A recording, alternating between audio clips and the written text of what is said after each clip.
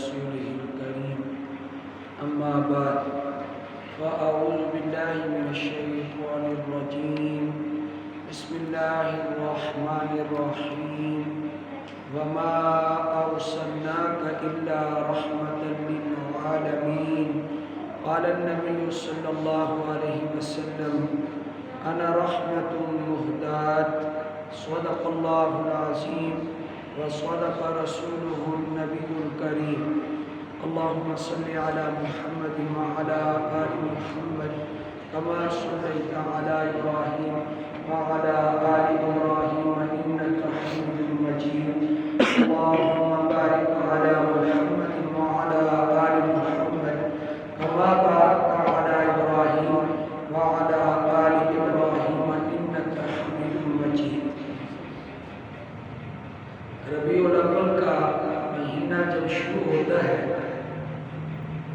تو سب مسلمانوں میں حضور اکرم صلی اللہ علیہ وآلہ وسلم کی محبت موجزن ہو جاتی ہے، اس لیے کہ یہ مہینہ ہمارے پاک نبی صلی اللہ علیہ وآلہ وسلم کی آمد کا مہینہ ہے اور آپ علیہ السلام کی ولادت کا مہینہ ہے، اور ظاہر ہے کہ جو ہمارا نبی علیہ السلام سے تعلق ہے، رشتہ ہے، وہ خونی رشتے سے بھی بڑھ کر ہے۔ ہمارا جو تعلق ہے اپنے نبی سے وہ ایک روحانی تعلق ہے، وہ روحانی رشتہ ہے اور قلبی تعلق ہے۔ رات بھی میں نے ایک جگہ حضرت مولانا ادریس کاندھلوی رحمت اللہ علیہ کا ایک علمی نکتہ عرض کیا تھا، تو اگر آپ حضرات توجہ فرما رہے ہیں تو آپ کی خدمت میں بھی عرض کر دوں۔ کوئی بات نہیں، مجمع طویل ہو یا قصیر ہو، ہمیں اس سے غرض نہیں ہے، ہمیں اس بات سے غرض ہے کہ حضور کا ذکر ہو اور ہمارا ایمان تازہ ہو جائے۔ ہماری نیت یہ ہے، چاہے بندے دو بھی ہو، اس سے ہمیں کوئی غرض نہیں ہے، بس ذکر رسول ہوتا رہے اور ہمارا ایمان تازہ ہوتا رہے۔ حضرت قادری رحمت اللہ علیہ سیرت مصطفیٰ میں مقدمے ہی میں ارشاد فرماتے ہیں، فرمایا ایک بات یاد رکھیں، بچوں کو آپ خاموش کریں، ان بچوں کو خاموش کرا دیں تاکہ مجھے بولنے میں آسانی رہے، آپ کو سننے میں آسانی رہے۔ تو عرض کر رہا ہوں، حضرت مولانا ادریس کاندھلوی نور اللہ مرقدہ ارشاد فرماتے ہیں، فرمایا کہ ایمان کے ساتھ، ایمان صفت ہے، ایمان ایک صفت ہے، اس صفت کے ساتھ ذاتی طور پر جس ہستی کا اتصاف ہے، جو موصوف ہے اور ایمان اس کی صفت ہے، براہ راست اگر اتصاف ذاتی ہے ایمان کے ساتھ تو فرمایا وہ اتصاف ذاتی ایمان کے ساتھ اگر کسی ہستی کا ہے تو وہ محمد مصطفیٰ ہے صلی اللہ علیہ وآلہ وسلم۔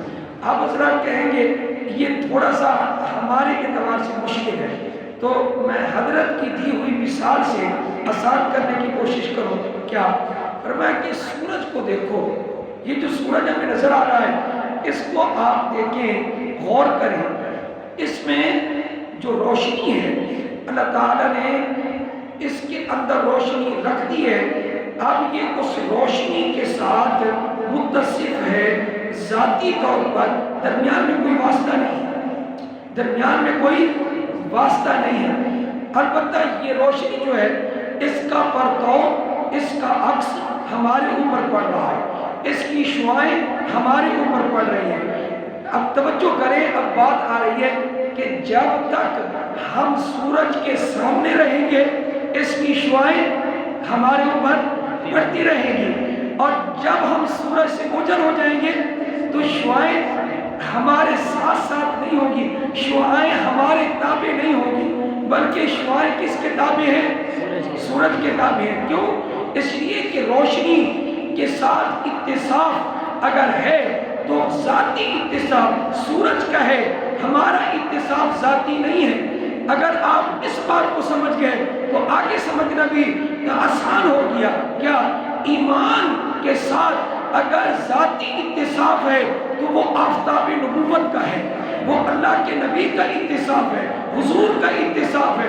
تو جب تک ہمارے قلوب حضور کے قلب کی طرف متوجہ رہیں گے تو ایمان کی شعاعیں ہمیں نصیب ہوتی رہیں گی۔ ایمان کی شعاعیں ہمیں نصیب ہوتی رہیں گی۔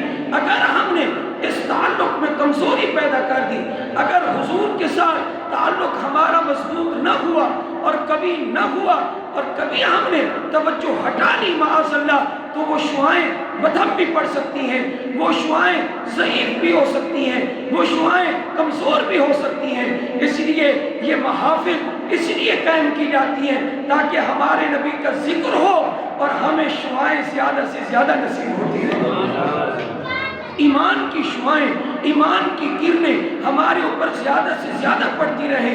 میں نے حضرت سفیان ثوری رحمہ اللہ کا قول پڑھا تھا، فرمایا عند ذکر الاولیاء، عند ذکر الاولیاء تنزل الرحمہ من السماء، کہ اگر کسی بھی اللہ کے ولی کا ذکر ہو، نیک بندے کا ذکر ہو مجلس میں، تو آسمان سے رحمت اترتی ہے مجمع پر۔ تو اس مجمع کی کیا بات ہوگی کہ جس مجمع میں سید الاولیاء، سید الانبیاء، خاتم الانبیاء، شاہد، نذیر، بشیر، سراجا منیرا، فرمایا داعیا الی اللہ، اگر اس کا ذکر خیر ہوگا تو رحمت چھم چھم نہیں اترے گی تو اور کیا ہوگا؟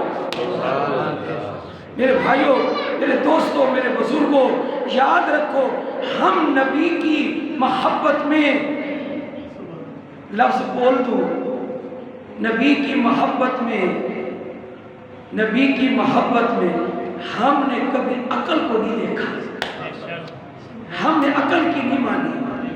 نبی کی محبت میں عقل کا کام کم ہے، دل کا کام زیادہ ہے۔ جی، عقل کا کام کم ہے اور دل کا کام زیادہ ہے۔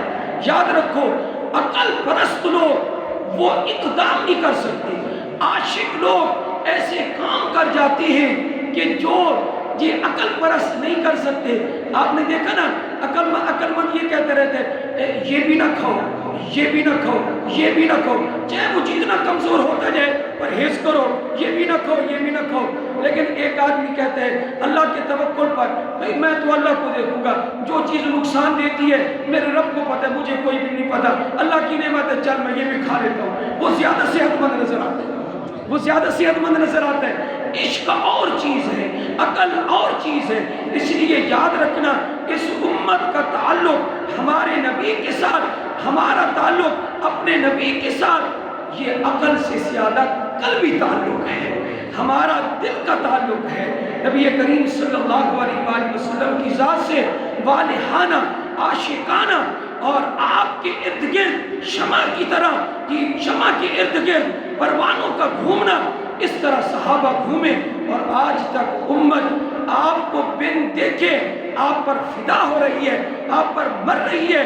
اور ایسے لوگ ہیں کہ جو تختہ دار پہ جب جاتے ہیں عشق رسول کی، ان کو جب سزا دی جاتی ہے تو وہ جاتے ہوئے کیا کہتے ہیں؟ کہا کہ یہ جو تختہ دار ہے یہ ڈرنے کی چیز نہیں ہے، میں تجھے چوم لوں۔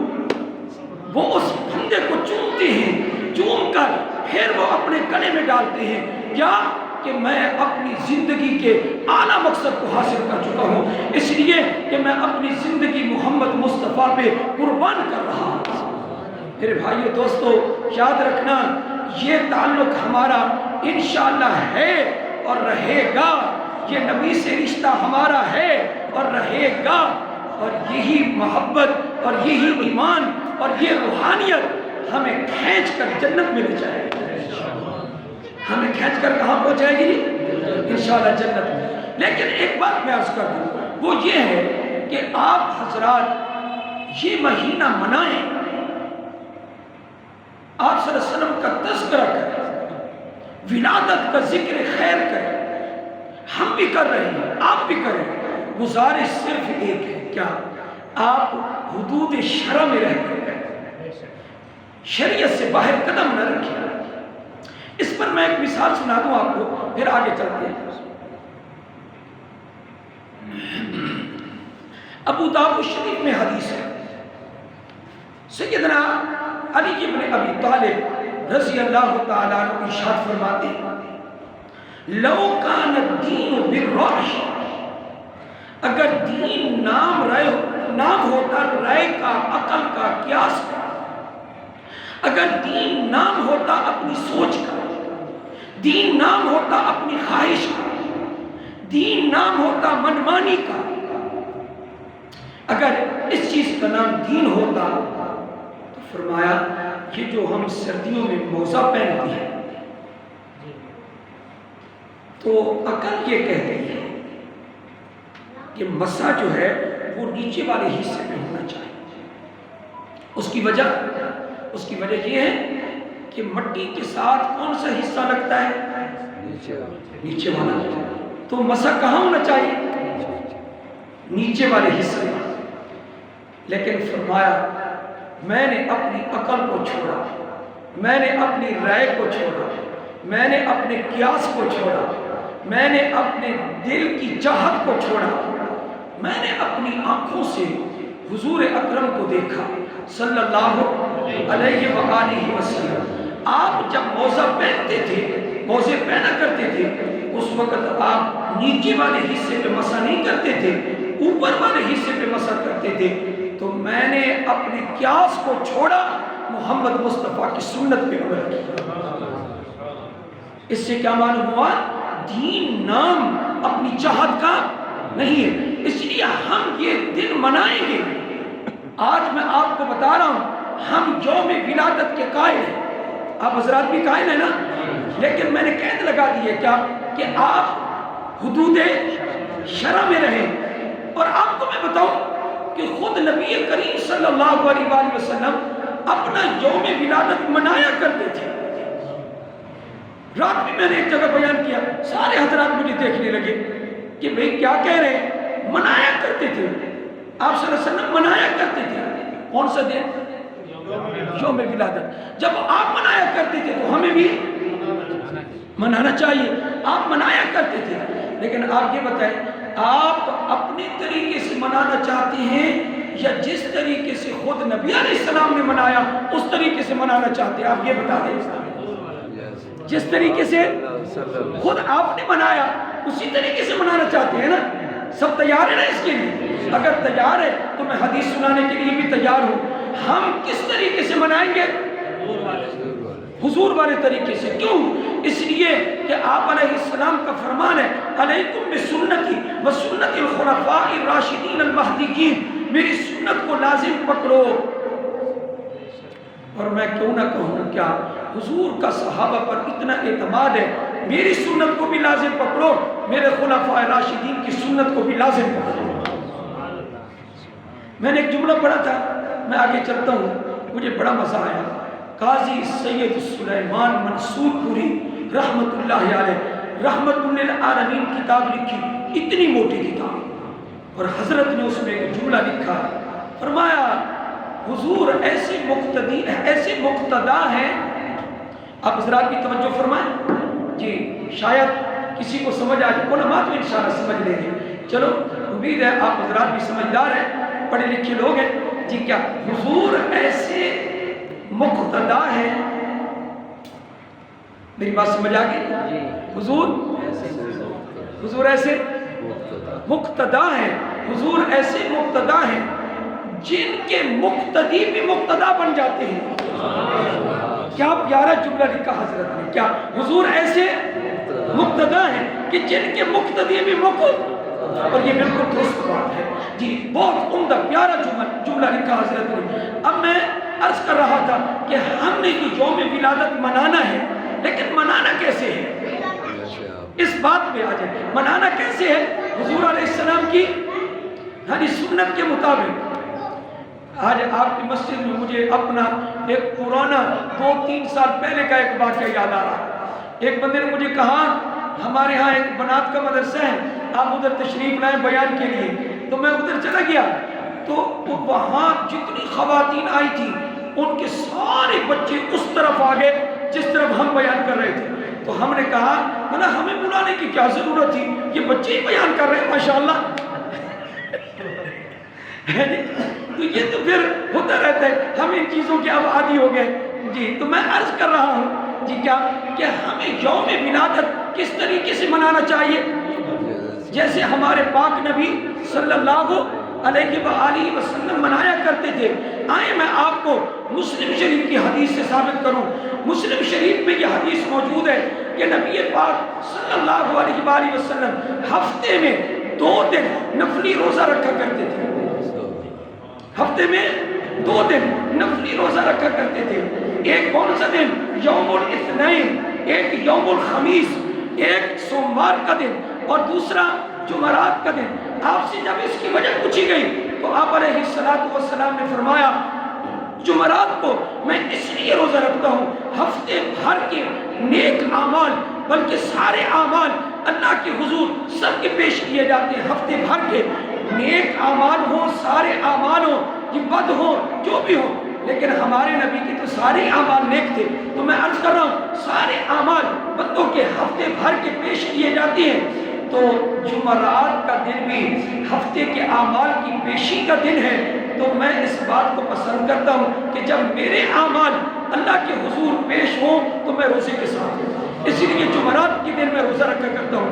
اب رہ گئی بات کس کی؟ یوم الاثنین کی۔ ہفتے کو آپ ہفتے کے ایک ہفتے میں آپ سوموار کے دن روزہ بھی رکھتے ہیں، اس کی کیا وجہ ہے؟ تو نبی اکرم صلی اللہ علیہ وآلہ وسلم نے کیا ارشاد فرمایا ھذا الیوم الذی ولدت فیہ، یہ وہ دن ہے سوموار کا دن جس میں میں پیدا کیا گیا ہوں، یہ وہ دن ہے کہ جس میں میں پیدا کیا گیا ہوں۔ اب ذرا توجہ کریں کیا کہ آپ اس دن روزہ رکھا کرتے تھے۔ آج یہ سوچنے کی آپ کو بات ہے کہ کتنا آپ دل میں بٹھاتے ہیں کیا حضور علیہ السلام اپنا یوم ولادت 1 سال کے بعد منایا کرتے تھے یا ہر ہفتے منایا کرتے تھے؟ یہ ذرا سوچنے کی بات ہے، توجہ فرمائیں جی۔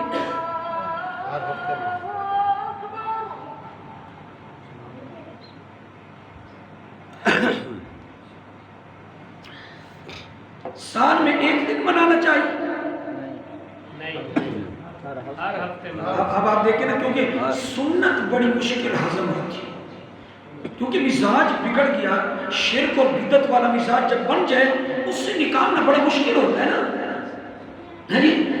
جب کوئی بندہ سنت بیان کرے گا، توحید بیان کرے گا، قرآن بیان کرے گا، حدیث بیان کرے گا، تو فوراً کہنے والے کہیں گے ہاں جی سخت باتیں کرتے وہابی لگ رہا ہے۔ یہ کیا لگ رہا ہے؟ وہابی لگ رہا ہے، سیدھا کہیں، حالانکہ وہ قرآن بیان کر رہا ہے لیکن وہ قرآن کی وجہ سے وہابی بن گیا۔ تو ہم کہتے ہیں کوئی بات نہیں ہے، اگر آپ ہمیں وہابی کہیں گے تو رب تعالیٰ کا ایک صفاتی نام ہے کیا؟ وہاب، تو اس کا معنی وہاب والے، ہمیں اس میں کوئی حرج نہیں ہے۔ ہاں جی، میں عرض یہ کر رہا ہوں، توجہ فرمائیں کہ حضور علیہ السلام اپنا یوم ولادت سال کے بعد 1 دن منایا کرتے تھے یا ہر ہفتے منایا کرتے تھے؟ ہر ہفتے منایا کرتے تھے۔ اچھا، کس طریقے سے منایا کرتے تھے؟ یہ کہتے تھے عید ہے، یہ فرمایا کرتے تھے کہ عید ہے، نہ بولے تو سر اب بولتے نہیں آپ حضرات۔ ہاں کیا یہ اصل میں خطیب تو ہوں نہیں، میں ایک مدرسے میں پڑھانے والا ایک خود طالب علم ہوں، میں کہتا ہوں ہاں جی تم بھی کہو، ساتھ ساتھ سبق پڑھو بھی تم بھی کہو، اس لیے آپ کو تکلیف دے رہا ہوں میں۔ تو میں یہ عرض کر رہا ہوں کیا کہ آپ صلی اللہ علیہ وآلہ وسلم جب یوم ولادت منایا کرتے تھے تو کیا آپ یہ کہتے تھے آج عید کا دن ہے، آج عید کا دن ہے؟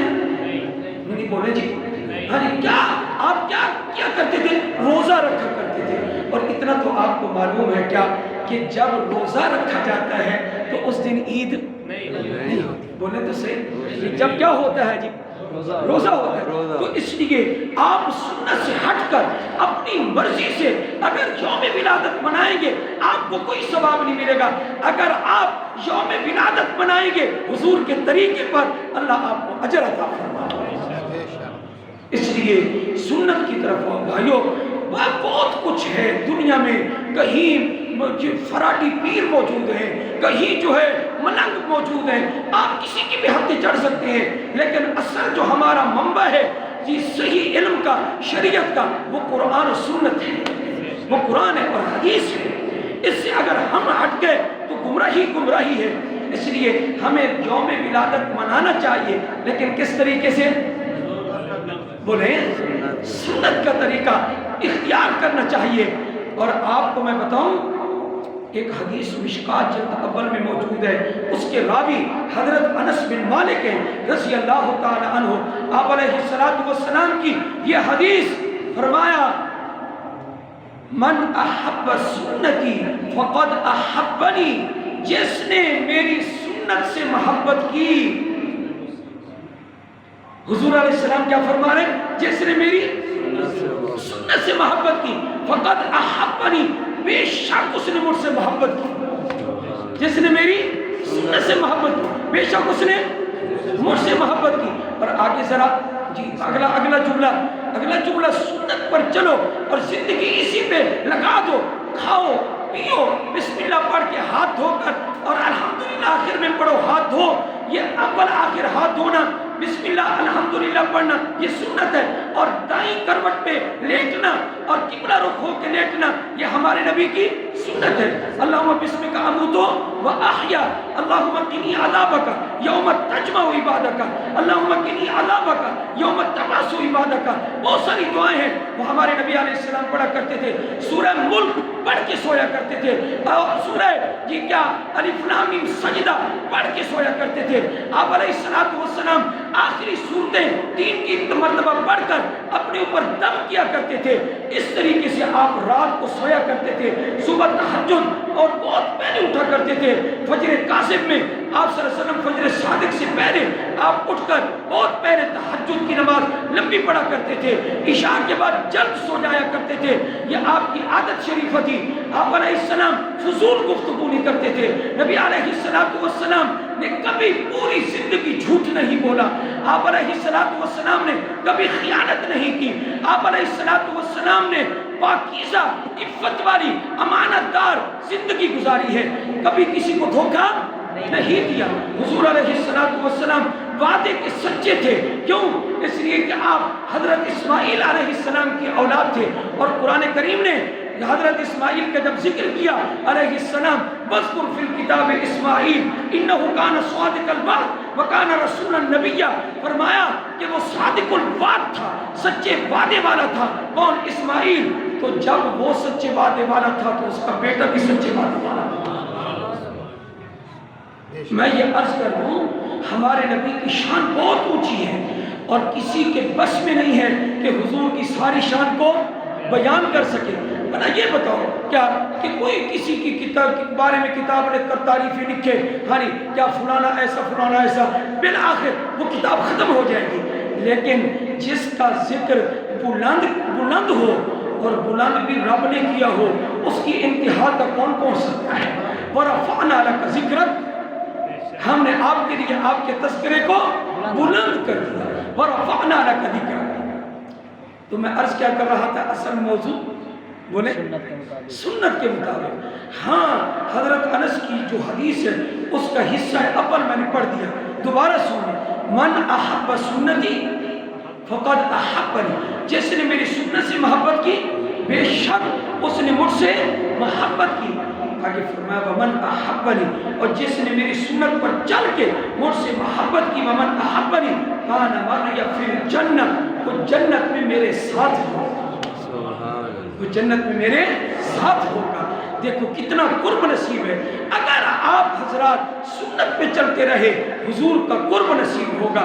اگر آپ بدعات کی طرف چلے گئے، جہالت کی طرف چلے گئے، شرک کی طرف چلے گئے، پھر قرب نصیب نہیں ہوگا۔ اس لیے بچنے کی کوشش کریں، اور جیسے یوم ولادت میرے آقا نے منایا آپ ویسے ہی منائیں۔ آپ روزہ رکھا کریں سوموار کو، آپ جمعرات کو روزہ رکھا کریں۔ یہی وجہ ہے کہ عرب لوگ، آپ میں سے بہت سارے لوگ حج پر عمرے پر تشریف لے گئے ہوں گے، اور ہر سوموار کو مسجد نبوی میں کتنا بڑا دسترخوان لگتا ہے، جمعرات کو کتنا بڑا دسترخوان لگتا ہے۔ اس وقت لوگ کہتے ہیں یہ رمضان تو نہیں ہے، پھر یہ دسترخوان کیوں لگا ہوا ہے؟ چلو رمضان کا تو لوگوں کو، ہمارے لوگوں کو اس سنت کا پتہ ہی نہیں ہوتا کیا کہ سوموار کا بھی کوئی روزہ ہے اور جمعرات کا بھی کوئی روزہ ہے۔ اس کی وجہ کیا ہے؟ ہم بدعات میں پھنس گئے، رسومات میں پھنس گئے، جس کی وجہ سے ہم سنت سے دور ہو گئے۔ یاد رکھیں کہ جب ہم اس بھنور میں پھنسے رہیں گے اور ڈوبے رہیں گے، غرق ہوتے رہیں گے، تو کبھی بھی ہم سنت کے قریب نہیں آ سکتے۔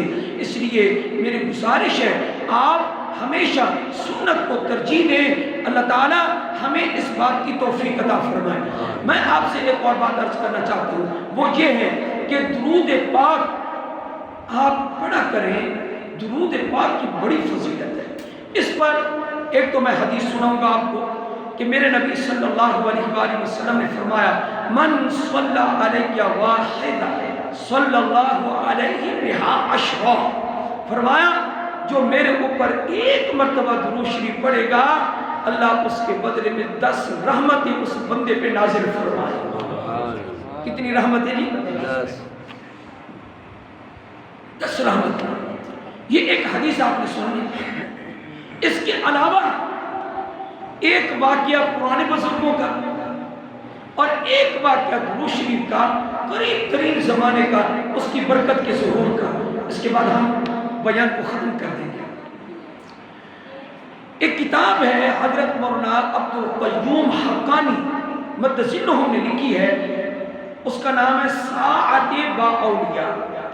ساعت با اولیاء، ایک گھڑی اولیاء کے ساتھ، مختصر مستند اولیاء کے تذکرے اس میں موجود ہیں۔ سب سے پہلے میں نے کتاب کھولی تو اس میں لکھا ہوا تھا خواجہ قطب الدین بختیار کاکی رحمت اللہ علیہ۔ حضرت خواجہ قطب الدین بختیار کاکی رحمت اللہ علیہ، پہلے بھی نام سنا ہوگا حضرت، بہت بڑے اللہ کے ولی تھے، چشتیہ سلسلے کے تھے۔ تو ان کے بارے میں حضرت یہ لکھتے ہیں کہ شادی ابھی نہیں ہوئی تھی تو معمول ہمیشہ سے چلا آ رہا تھا حضرت کا، شادی سے پہلے نماز عشاء کے بعد بستر پر تشریف لاتے، درود پاک پڑھنا شروع کرتے، جب تک ہر رات کا معمول، جب تک 3000 مرتبہ، 300 کی بات نہیں کر رہا، ہم سارے باطنی بن گئے ہیں، دعوے بڑے کرتے ہیں ہم عاشق، گپوں کے لیے ہمارے پاس بڑا ٹائم، سیاسی، فضول، غیبت، چغلی، ہر چیز کے لیے ہمارے پاس ٹائم ہے، لیکن اگر ٹائم نہیں ہے تو نبی پر درود پڑھنے کے لیے ٹائم۔ افسوس کی بات ہے حضرت کا معمول ہر رات 3000 مرتبہ، جب تک درود پاک مکمل نہ کر لیتے سوتے نہیں تھے۔ حضرت خواجہ قطب الدین بختیار کاکی رحمت اللہ علیہ، اب شادی طے ہو گئی، 3 دن مہمانوں کی آمد و رفت جو ہے اس میں وقت گزرا، مہمانوں کو مل رہے ہیں، ان کو کھانا کھلا رہے ہیں، مبارکباد حاصل کر رہے ہیں، بہت سارے ملنے والے تھے، تو وہ معمول چھوٹ گیا، 3 رات کا جو معمول، 3 رات وہ معمول چھوٹ گیا۔ اس وقت ایک اللہ والے اور تھے جو اتنے زیادہ مشہور نہیں تھے، ان کو خواب میں حضور علیہ السلام کی زیارت ہوئی، تو حضور علیہ السلام نے فرمایا قطب الدین کو جا کر کہہ دو، کس کو جا کر؟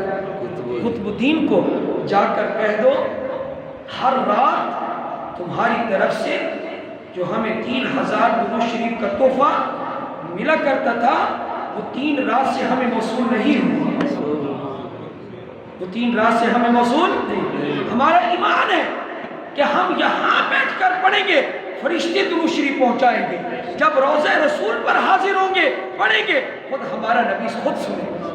یہ ہمارا ایمان ہے، ہمارا عقیدہ ہے۔ حضور علیہ السلام اپنی قبر مبارک میں زندہ ہے، حیات ہے۔ تو عرض کر رہا ہوں کتنی راتوں سے وہ تحفہ ہمیں نہیں مل رہا، وہ ہدیہ ہمیں نہیں مل رہا، 3 راتوں سے نہیں مل رہا۔ تو وہ آئے، حضرت خواجہ قطب الدین بختیار کاکی رحمت اللہ علیہ کو اپنا خواب سنایا اور نبی علیہ السلام کا پیغام دیا۔ حضرت خواجہ اتنے روئے کہ کیا ہمارا بھی ادھر ذکر ہے؟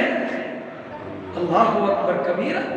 کیونکہ ولی جتنا بھی بڑا ولی ہو لیکن حضور کی شان تو اپنی شان ہے، کیونکہ ولی کو ولایت بھی حضور کی برکت سے، صحابی کو صحابیت بھی حضور کی برکت سے، ابو بکر کو صداقت بھی حضور کی برکت سے، عمر کو عدالت بھی حضور کی برکت سے، عثمان غنی کو سخاوت بھی حضور کی برکت سے، حیدر کرار کو شجاعت بھی حضور کی برکت سے، اور مجھے اور آپ کو اس امت کو ایمان نصیب ہوا حضور کی برکت سے صلی اللہ علیہ وآلہ وسلم، اور مجھے اور آپ کو انشاءاللہ جنت نصیب ہوگی حضور کی برکت سے صلی اللہ علیہ وآلہ وسلم، اور قبر بھی آسان ہوگی انشاءاللہ کس کی برکت سے؟ حضور کی برکت سے۔ میری بات سمجھ آ گئی آپ حضرات؟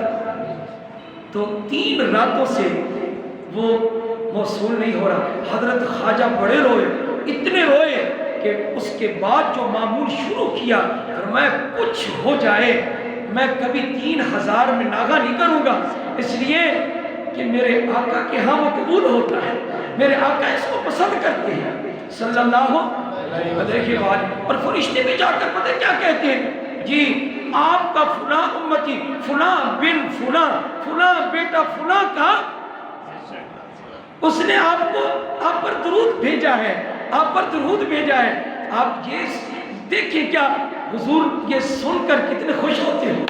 ان اللہ و ملائکتہ یصلون علی النبی یا ایھا الذین آمنوا صلوا علیہ وسلموا تسلیما۔ ایک بات تو میں نے کہا تھا کہ پرانے بزرگوں کا واقعہ، ایک قریب کا، وہ مدینہ منورہ کا ہے۔ سن 11 میں اللہ جل جلالہ نے ہمیں حج کی سعادت نصیب کی، تو وہاں ایک قاری صاحب ہمیں ملے، پاکستانی قاری صاحب تھے، قاری جعفر صاحب، اب بھی وہی ہیں، قاری عبداللہ صاحب کے وہ سالے ہیں۔ تو ان سے ہماری ملاقات ہوئی تو انہوں نے مجھے واقعہ سنایا۔ انہوں نے کہا کہ قباء، مسجد قباء کا ایک نوجوان امام، بوڑھا بھی نہیں، نوجوان امام، عربی نوجوان امام مسجد قباء کا، اس کو دل کی تکلیف ہو گئی۔ مدینہ منورہ کے ہسپتال میں اس نوجوان امام کو داخل کرایا گیا۔ اس کو پہلے کوئی تکلیف نہیں ہوئی، اب وہ ڈر رہا تھا جب اس کو پتہ چلا کہ مجھے دل کا مسئلہ ہے، اور دل والا بندہ وہ ڈر جاتا ہے کہ موت قریب ہے۔ حالانکہ ایسے بہت سے لوگ موجود ہیں سالہ سال سے ان کو دل کی تکلیف ہے، لیکن اللہ نے ان کو رکھا ہوا ہے، جب تک وعدہ نہیں آئے گا اس وقت تک وہ مرے گا نہیں۔ لیکن دل والا ذرا ڈر جلدی جاتا ہے، اس لیے وہ نوجوان تھا، وہ ڈر گیا، کبھی پہلے تکلیف دیکھی نہیں تھی۔ جب ہسپتال میں داخل کیا تو اب وہ بستر پہ پڑو، انہوں نے چیک اپ کر لیا اور رپورٹیں تیار کر لی۔ انہوں نے کہہ دیا کہ اس کا آپریشن ہو۔ اب آپریشن کا سنتے ہی کہا آپریشن میں تو کئی بندے مر بھی جاتے ہیں، اور زیادہ ڈر پیدا ہو گیا کہ مر بھی جاتے ہیں۔ اب وہ کانپ رہا ہو، تھرتھرا رہا ہو کہ میرا کیا بنے گا، میرا کیا بنے گا۔ تو ادھر جو نرسیں پھر رہی تھی، وہ جو ڈاکٹر تھے، ان کی ٹیم وہ اپنے آلات تیار کرنے کے لیے وہ ادھر ایک جگہ جمع تھے کہ بس آپ چیر پھاڑ کرتے ہیں، اس کا آپریشن کرتے ہیں۔ اب اس کے ڈر کو ختم کرنے کے لیے اور تسلی دینے کے لیے وہ جو ایک نرس پھر رہی تھی وہاں پر عربی، تو اس نے کہا چلو اس مریض کو میں 1-2 جملے کہہ کر تسلی دے دوں۔ تسلی دینا بھی تو ثواب ہے نا، باقی زندگی تو کس کے ہاتھ میں ہے؟ اللہ کے ہاتھ۔ لیکن تسلی تو دے آدمی، تسلی تو دے، یہ خود حدیث میں ہے، تسلی دو، نہیں کچھ نہیں ہوگا انشاءاللہ، صبر انشاءاللہ تیری زندگی لمبی ہے، اتنے جملے کہنے میں بھی اجر ہے، ثواب ہے۔ تسلی دو۔ آج کل کے لوگ دیکھتے ہی کیا کہتے ہیں، کہتے اوہ چہرہ اترا ہوا ہے، ہاں تو بس پتہ نہیں تجھے کیا ہو گیا، ایسے جملے نہ کہو، وہ پہلے سے بھی کیا ہو جائے گا ختم۔ ہمارے استاد حضرت مولانا محمد صدیق صاحب رحمۃ اللہ علیہ، شیخ الحدیث نفر اللہ برکتہ وبرد اللہ مسجعہ، حضرت رحمۃ اللہ علیہ بیمار ہوئے، پھر کچھ ہلکی سی صحت آئی تو ایک ساتھی پوچھنے کے لیے گیا، کہنے کہا حضرت ماشاءاللہ آپ کی صحت تو پہلے سے اچھی ہے حضرت، اچھی ہے۔ تو اتنے میں ایک اور ساتھی پہنچ گیا، حضرت فرمایا کہ 2-4 ساتھی اور آ گئے نا تو میں بالکل ہی صحیح ہو جاؤں گا۔ یہ اثر پڑتا ہے نا جی، اس لیے تسلی دے رہی ہے۔ اب ذرا اس کا انداز دیکھو تسلی کا، یاد رکھو مدینہ کے جو لوگ ہیں ہم ان کے برابر نہیں ہو سکتے، یہ آپ کا ایمان ہے نا، مدینہ والے ہم سے بہتر ہیں۔ اب ذرا تسلی کا انداز دیکھو، وہ نرس، وہ خاتون، وہ عورت ہو کے کیا تسلی دے رہی ہے۔ اس نے اس نوجوان امام کو یہ جملہ کہا لا تخف، ڈرنے کی ضرورت نہیں ہے، کیا کرو صلی علی الحبیب، حضور پر کیا پڑھو، درود شریف پڑھو۔ بس یہ کہنا تھا، مدینہ تھا اور روضہ بھی اسی شہر میں تھا صلی اللہ علیہ وآلہ وسلم۔ اس نے درود شریف اتنے اخلاص سے پڑھا، کثرت سے پڑھا، ادھر تیاریاں ہو رہی ہیں ہاں جی چیر پھاڑ کرنے کے لیے، اور ادھر یہ نوجوان اے اللہ مجھے درود شریف کی برکت سے بچا لے، مجھے آپریشن سے بچا لے، مجھے اس مصیبت سے نکال لے۔ اب ادھر درود شریف جاری ہے اور ادھر ان کی تیاری جاری ہے۔ انہوں نے کہا بھائی آپریشن تھیٹر میں لے جانے سے پہلے ایک مرتبہ پھر ان کا چیک اپ کرو۔ جب دوبارہ ان کا چیک اپ کیا گیا، ان کو دیکھا گیا تو وہ مشین جو اس طریقے سے چل رہی تھی اور بتا رہی تھی کہ دل کی تکلیف ہے، ڈاکٹر حیران ہو گئے، کیا وہ مشین اب الٹی چل رہی ہے اور وہ یہ بتا رہی ہے کیا اب یہ صحت مند ہے، اس کو کوئی تکلیف نہیں ہے، یہ صحت مند ہے، اس کو کوئی تکلیف نہیں ہے۔ اس نے دوسرے ڈاکٹر کو بلایا کہ آؤ جی دیکھو تو صحیح یہ کیا ہو گیا، ہم کس تیاری میں ہیں، یہ کیا ہو گیا۔ سب اکٹھے ہو گئے، پوری ٹیم اکٹھے، بڑے ڈاکٹر نے پوچھا بھائی کیا کیا تم نے، ہری کیا امام صاحب بتاؤ کہ کیا کیا تم نے۔ ہری تو کہنے لگا میں نے تو کچھ نہیں کیا، میں تو پڑا ہوا ہوں، ہری کیا آپ کا انتظار کر رہا تھا اور زندگی موت کی کشمکش میں، اور میں کیا کیا سوچ رہا تھا، یہ آپ کی فلاں نرس میرے قریب آئی اور اس نے مجھے تسلی دی، صلی علی الحبیب، ڈرنے کی ضرورت نہیں ہے، محمد مصطفیٰ حبیب خدا پر درود پڑھو، انشاءاللہ تمہاری مشکل کیا ہو جائے گی، حل ہو جائے گی۔ میں نے درود شریف پڑھا ہے، اس کے علاوہ تو میں نے کوئی کام نہیں کیا۔ انہوں نے کھینچی، ساری مشینیں علیحدہ کی، انہوں نے کہا قم جی باذن اللہ، اللہ کے حکم سے کھڑا ہو جا، تو بس آپ اپنے گھر خود ہی تشریف لے جائیں، آپ چلے جائیں۔ وہ امام بالکل صحت مند ہو کے واپس آ گیا، کس کی برکت سے، حضور پر درود کی برکت سے۔ وما علینا الا البلاغ المبین۔